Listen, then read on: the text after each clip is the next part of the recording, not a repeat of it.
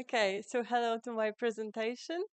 As the title states, I'm going to talk about unity through understanding. And in the registration form, I said I'm going to focus on last year's project. That was the Polish Wikipedia conflict management project. But short disclaimer, since it was a year ago, and now it's 2024, so we came up with some new ideas actually. And I'm also going to speak about what we are doing at the moment in Wikimedia Poland, because I suppose I can show it as a in a chronicle order, in a way so you can see what lessons did we learn from the project on conflict management.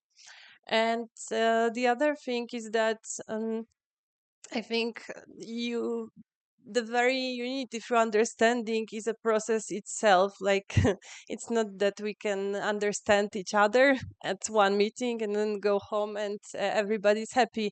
No, people are changing. The movement is changing. There are more people coming. There are some people who leave. So it's very, very important to focus on this. And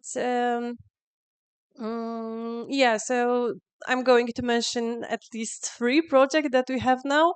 But what is typical for all of them is that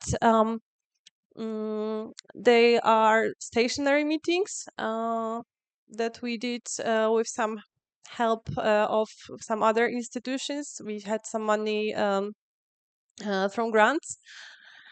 Mm, And yes, these are soft skills that we want to boost. And again, I'm going to talk more about these actual skills in a second. This is the agenda that I've just mentioned. So first of all, I will tell you what 2023 did to us and where are we now, what are we doing right now. And then we continue with the lessons that we learned and the lessons that we are learning, since I have a feeling that this is like, again, a process not only for the participants, but also for the organizers. Therefore, I think I can come back in a year and tell us what I found out after this year. It's pretty exciting, actually, and I encourage you to allow your communities as well to have such kind of workshops, because these are important.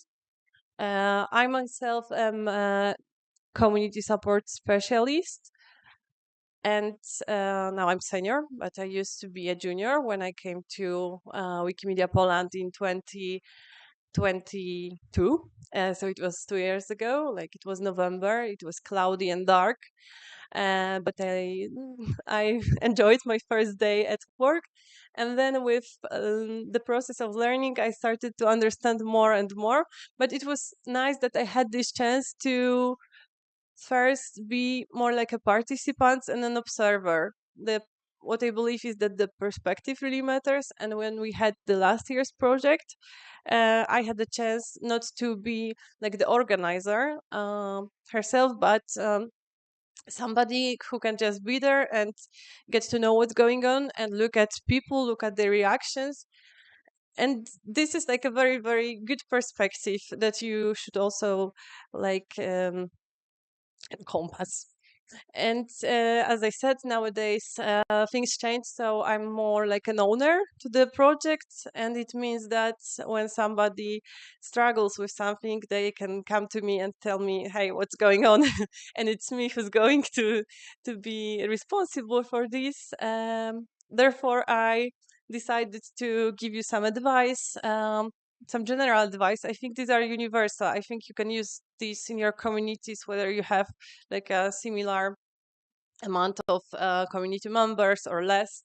I tried to make this slide so as everybody can use it. You don't have to be me, but you can if you want to. Okay, you can disagree, but of course when I'm done. Okay, so first I'm going to start with the last year's project, and we only have one slide on it, but I think everything that is needed is involved in it. And as I said, I'm going to treat it as something what we can look at, and we can think about what went good, what went wrong, what we draw from this experience. So there was a group of about 15 to 20 people that we invited for foreign main workshops. There was more going on. And these people were mostly wiki trainers in Wikimedia Polska.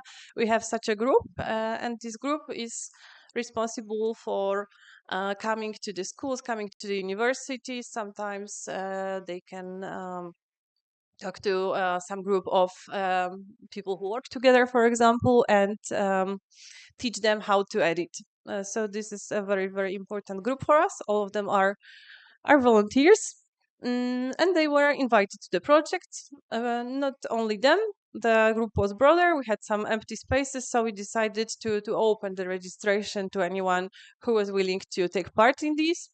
And we had four main workshops, and I named them here. So there was mediation, facilitation, and visual thinking. I know I named three, but the one was both stationary and online, so it counts as two. And I'm briefly going to explain what do these mean. So mediation is a way of resolving conflicts when you have two parts who fight with each other. You have the third person, the third part, who is neutral, and the task of such a person is to come to these people, talk to them, listen to them carefully, and try to find the solution. Try to find the consensus that they both can accept, that they both can feel good with. So we had this training. It was 2 days long. Later on, we had the facilitation training, and the facilitation is a method of making decisions. So there is a person. This person can be from the outside or the organization or from the inside. It depends. And this person helps to go through the process of decision making. As I said, sometimes people are going to find some conclusion. Um, Something that they decide on is going to be implemented. Sometimes it's not that easy. For example, the goal is to cut options that they have. And it's done both stationary and online. So we offered it to our participants also in these two ways. So they could like both meet up and see how does it work in real life, but also online. We had an online workshop for them. So again, 2 more days of meetings and trainings. And the last one was visual thinking. And visual thinking is a way of imagining things, is thinking through images. We learned how to draw. We learned how to attract people's attentions, not only through the words, but also through images that you can draw, that you can produce. It was pretty fun. And as I said, there were some other activities for a wider audience. We have an annual meeting of Wikipedians every year, and again we had a session on conflict management and so on, and it was for everybody to take part. And there was also one meeting for wiki trainers. They met at the beginning of February, and they were talking about how to have like a perfect workshop on which you can teach people how to edit Wikipedia. So it was something more, for the people who know how to do it. So they needed to decide it between them. It was like training the trainers. And so these are the results on the right. So our participants were really, really grateful. They were telling us that they love trainings with us, that they feel more connected, that they had the chance to integrate with other participants. And that's pretty cool, actually. And yeah, we really hoped for such answers. Yet the problem appeared when we asked them whether they want to use these skills, whether they feel ready to use these skills, both in real life, like in their private lives, and online in Wiki. And whereas they said that with facilitation in the visual thinking was, yes, we are going to do that. We are really, really excited to try it out. And this is something that will help. There was different story with mediation, since there were many people who claimed that they are not ready yet. It was 40%, and we had like 30% of people who said, not sure yet. So there was only 30% of people who said, okay, now I'm ready, now I know how to mediate. And of course, we can think about some causes of that. But I personally think that maybe it's because of the fact that nobody likes working in an environment in which there are conflicts, me included. And what we encounter in our community, but I think it's probably more general, is that these three aspects are interconnected. So there is conflict that cause burnout and the problems with communication, but the other way around is true. So the problems with communication bring about conflict and burnout. So these are very, very like serious topics that we decided to focus on. And again, as I said, I have a feeling it's a whole process. So we want to invite different groups to try to work out on some solutions. Mm, and like the stationary meetings that I named are important, since they let people like to see each other, to face each other, to talk to each other in real life, and because they don't have regular meetings that often, or if they do, they meet in the one particular place. We meet like twice a year as a whole community, but that's probably not enough because conflicts like appear every single day. And such things make many people resign or withdraw, and we really want to prevent it if it is possible. I believe it is possible. Therefore, we decided that the problem, we should name the problem, and we should try to work on it even more in 2024. So yeah, this year we have two different um, here I call them workshops, but these are projects. Actually, these are like shortcuts. The name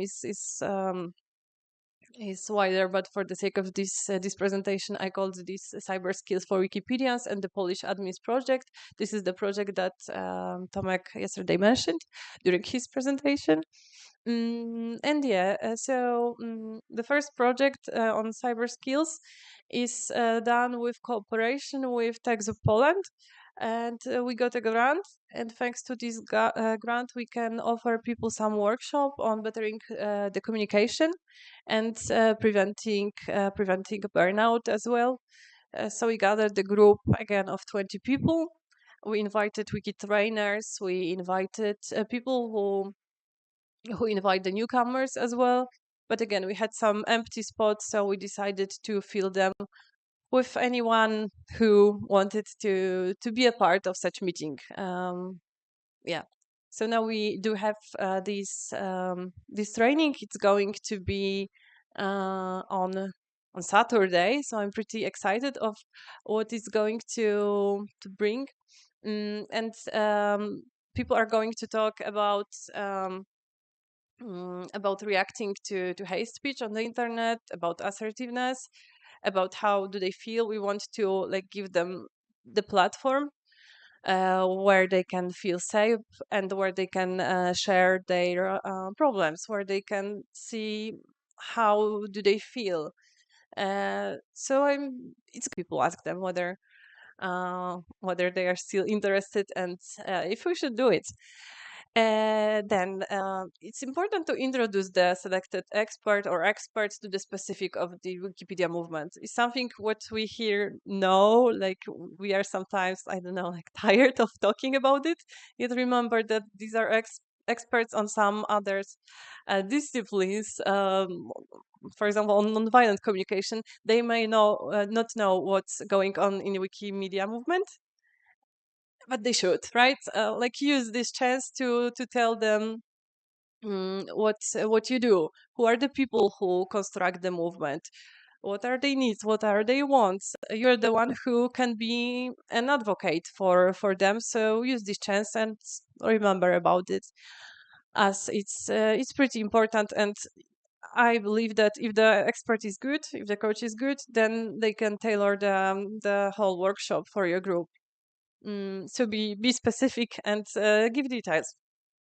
Mm, then I mentioned that it's important to contact directly the people who said that they struggle with something, and maybe you have training to which it responds, right? So you can come back to them. You can tell them that there is something going on like that, and ask them whether they would like to participate. Sure, they may say no, but at least you know that they were informed that you did something about it, right? That you heard them, that you listened to them, that you treat them seriously. I have a feeling that it's very, very important. And if you are a community support person, people are going to come to you with your problems. So expect it and be ready for it. And again, try to respond to these needs as much as you can. Mm, okay, the next slide is about the network, because it's very, very important to remember that we are the network first, and the network is important. So it's especially the case when you don't have like much money, or you like don't have time for looking outside of your movement.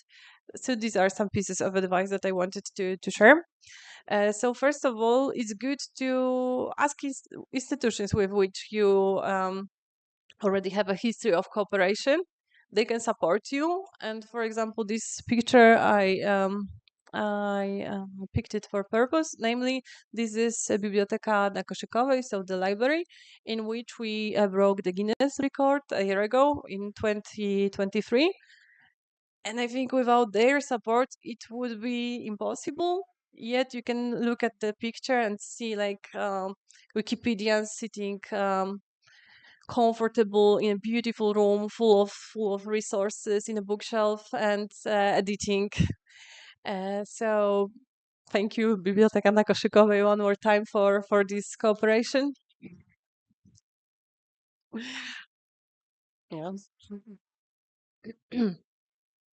So yeah, it's good to have such connections. It's good to go to the libraries, to other institutions of that sort, museums, to ask them whether they are interested in organizing something with you. Then I think it's important to remember that many Wikipedians are experts themselves. So it means that maybe you are looking for something, but there is a person who knows how to do it, or this person knows a person who knows that. Again, the network is a thing. We should use it. We have already some resources that we have. And the last but not least, sometimes we don't have like, even we as Wikimedia Poland, we don't have like enough staff members to focus on every single project. So we started hiring project assistants in the recent years. And a good idea is to look for him or her within your community, mm, because then you don't have to go through the onboarding on that part, at least. So the person doesn't have to be introduced to the community, because community knows him or her, and this is something that is already there. And on the other hand, we have this experience that for the people that we hired for some time for this project management thing, it is also a very valuable experience, since they can like learn new tools, they can learn how to work in an organization like ours. So they come back to us and they say that this is something what can probably help them in the future. So this is another advice that I have. Mm, and here is some food for thoughts. There are the questions that you should ask yourself in advance. So you can ask, is it possible that the knowledge from the training will be passed on to the people who didn't participate? And this is something that I've already mentioned. Not everybody feels like comfortable when such an event happens. Not everybody wants to participate that way. So it's very important to think whether you can gather some information for them and like convey everything that was said, or not everything. Is the meeting recorded? This meeting is recorded, for example. It's important to record the meetings that are important for you. However, it's not always possible. Then, are there any slides or some other materials for the participants to use later? Sometimes it can be something that they can use for inspiration, so it can be sent to everybody, not only people who attended the meeting, but not only the people who didn't attend the meeting, but also the ones who did, so they can like work on it later on their own terms. And it brings us to the question to the aspect of transparency and safe space. So usually when you organize such an event, you want people to feel safe, especially when you ask them what is your problems with other Wikipedians, right? um, Again, it's you who needs to decide how much transparent the event is going to be, but you really need to inform everybody what's going to be shared with others. And sometimes there are things that can't be, taken away from the meeting. There are sometimes like knowledge base that can be redistributed, but it's good to plan what do people who attend meeting acquire, right? Mm, yeah, sometimes these meetings are closed. I gave you the idea of inviting wiki trainers, for example. So before you start inviting people, first think about who may need it, and then, like when everybody who is a potential candidate decides whether they want to come or not, you can think broader. So you can like go to others who may also like the workshop, but remember who is the main goal. And for us, like wiki trainers is a very, very important group, because as I said, they go to places as volunteers and help us teach people, help us talk about Wikipedia. It's not always about teaching, it's sometimes about like informing as well. And another important thing is to negotiate the terms with the expert or experts you invited. Don't promise participants more than you can actually offer. Mm, when you use money from grants, sometimes like you don't have enough to record it, for example, because you would have to pay extra for that. So try to talk to the experts, try to find out how much do they offer, and don't say that you have more than you do, because it's not going to end well. Like be sincere. Mm. Sorry, yeah, as well. And realistic, sure. Yeah, so these are some ideas to sum up with. So as I already said, it's important to come back to what we've done, to rethink it, to evaluate it, to think about what can be changed in the next editions, and whether you need the next edition, what went wrong, why did people respond this way. Go back to people, ask them. It's there, like people are to be heard.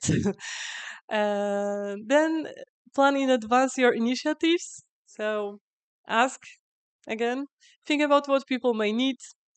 Um, Ask them if your predictions are correct, because sometimes you come up with an idea for a workshop, but nobody wants to attend, and you are like, why? No, it's better to ask before that. Um, and be humble. But remember, you already know a lot about your community. Use the fact that we are a network and offer as much as you can, but don't promise more than you can. And it's going to be the end of my presentation, so thank you.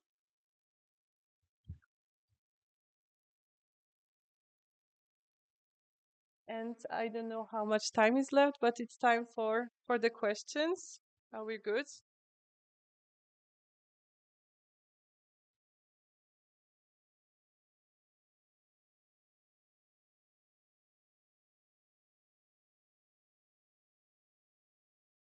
Anybody?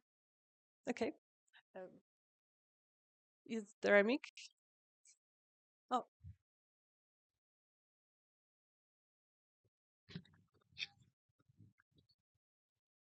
Thank you. Sorry, it's me again. I was just thinking, how do you inspire the people who are least likely to go to these kind of things? Because that's kind of my experience, like the people who need to use nonviolent communication are least likely to be involved in this kind of in-person meeting. So, is there anything you could recommend in this regard? Thank you. that's yeah, we did with the same idea, and I would say that we didn't find like a conclusion yet. I think that it's because it's that the first edition of something like that. We just want the ones who are really, really encouraged to take part in this to see how is it going to work, and probably I think I will come back to them later on and ask them to tell others that we don't bite and it's going to be helpful. So I think that it's good to spread this good news.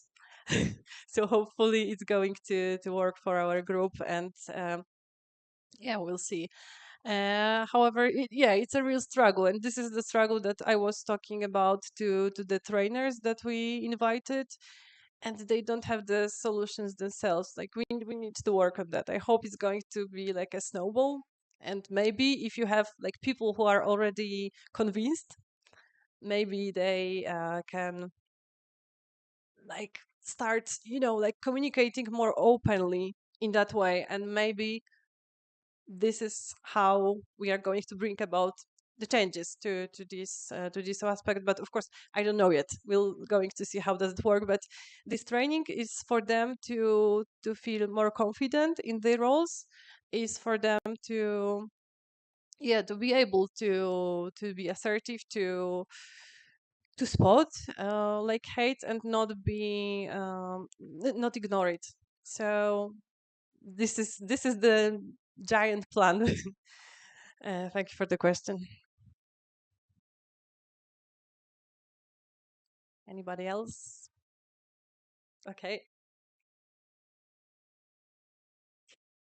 Well, since nobody's asking, I wanted to ask, how do you select the city where you invite people for the in-person meeting if they're all over the country and possibly abroad?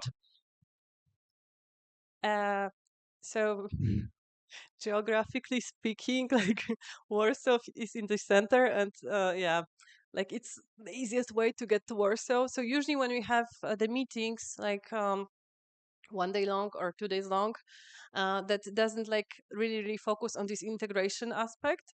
Uh, which is Warsaw. We also have our office there, so this is another resource that we can use. There is the library that I showed you. So for us, it's Warsaw when it's useful, when it's only for us to meet, to work on something together, to have this brainstorm and come back home with new ideas.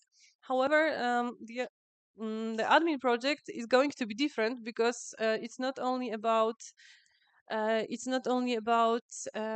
working on ideas and so on, but it's also about integration. So we decided to go somewhere else. We go to Serock. It's near Warsaw, but not in Warsaw. They have like a very, very nice beach. And the admins are going to meet there in a nice hotel, so they can also spend some time on integration, because it's not only about like developing these skills, but also about them like being together and doing some cool stuff. But yeah, Warsaw is the center. However, it's not like that with our annual meetings when we invite the whole community, just for these smaller groups of people who need to come early and usually leave early because they have like their lives and their jobs and everything. And when you do it at the weekend, like it's not much time left for any other activity, so they just come. We have a meeting, and then it ends.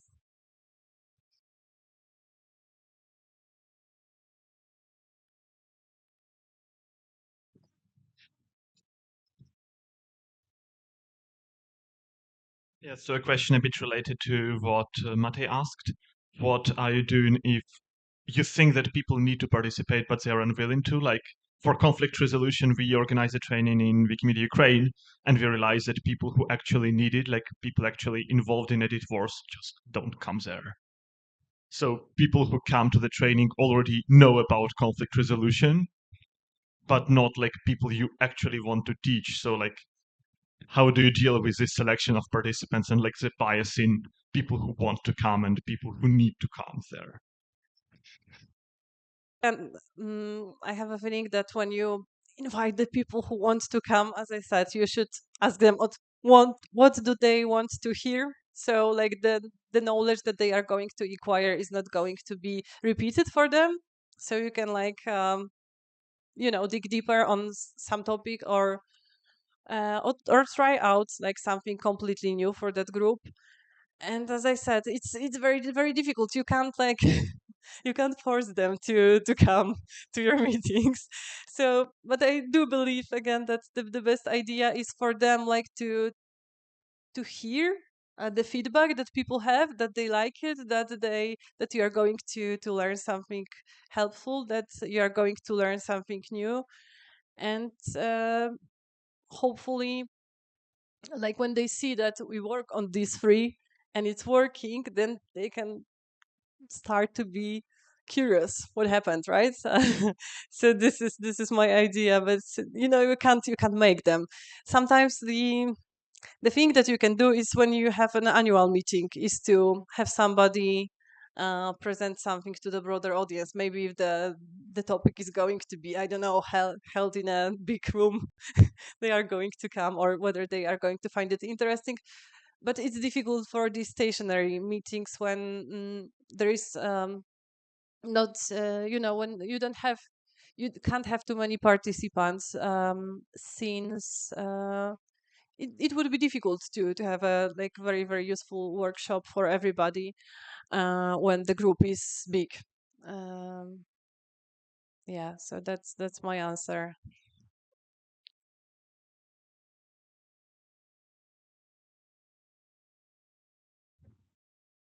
Thank you.